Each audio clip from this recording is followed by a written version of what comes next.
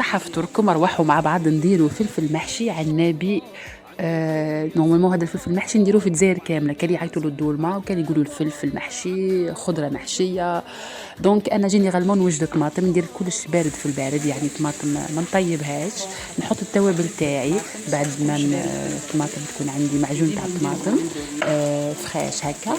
ندير التوابل تاعي، ندير الويل دوليف، نخدم غير بالويل دوليف، ومن بعد نوجد الفلفل بعد ما نحشيه. كل واحد كيفاش يحب يدير الحشوه تاعو تاع الفلفل.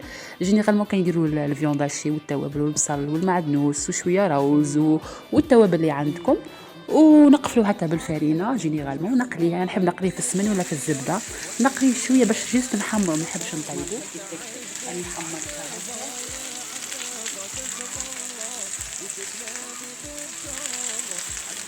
خاطر راح يدخل في الفور.